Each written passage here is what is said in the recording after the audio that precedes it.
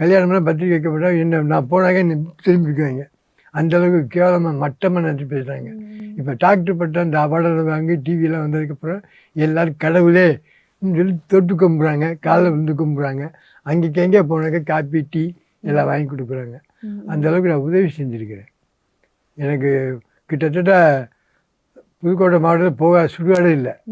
ஒரு பெரிய ஒரு ஆசாரியார் சாக ஒரு வாரம் இருக்க வந்து சொன்னார், இந்த மாதிரி எங்கள் அண்ணன் மைங்கெல்லாம் இருக்காங்க, அவங்க இந்த மாதிரி நம்பிக்கை இல்லை, நீங்களே அடக்கம் பண்ணிட்டு சொல்லி 2000 ரூபா கொண்டு வந்து கொடுத்தாரு. கரெக்டாக ஒரு வாரத்தில் அவர் இறந்து போயிட்டார். கொண்டு போய் அடக்கம் பண்ணிட்டு வர மறுநாள் அவர் மனைவி இறந்து போச்சு. அதே மாதிரி நானே ஏற்றி போய் அடக்கம் பண்ணி 12,000 ரூபா செலவு பண்ணேன். அதுக்கப்புறம் அந்த மாதிரி செஞ்சு அதே மாதிரி பம்ப நாளோட்டு ஒரு அம்மா வயசானம்மா இறந்து போச்சு.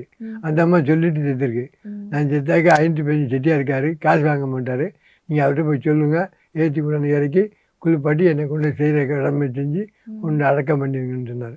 அதே மாதிரி கொண்டு செஞ்சேன்.